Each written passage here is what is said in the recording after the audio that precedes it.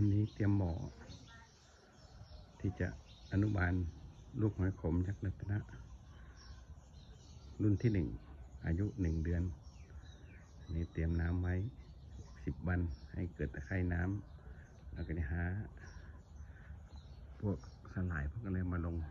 เย็นนี้ค่อยเอามาส่งอันนี้บ่อแม่พันธุ์พ่อพันธุ์หอยขมยักษ์รัตนะ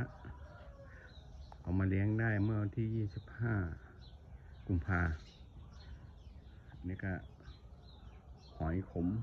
พันธุ์เกษตรเยอะมากจำหน่ายกิโลกรัมละ60 บาทตัวใหญ่ไซส์สวยๆตัวใหญ่มาก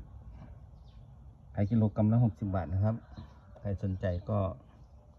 สั่งได้หรือเพราะแม่พันธุ์ก็ตัวละ2 บาทส่งทั่วไทย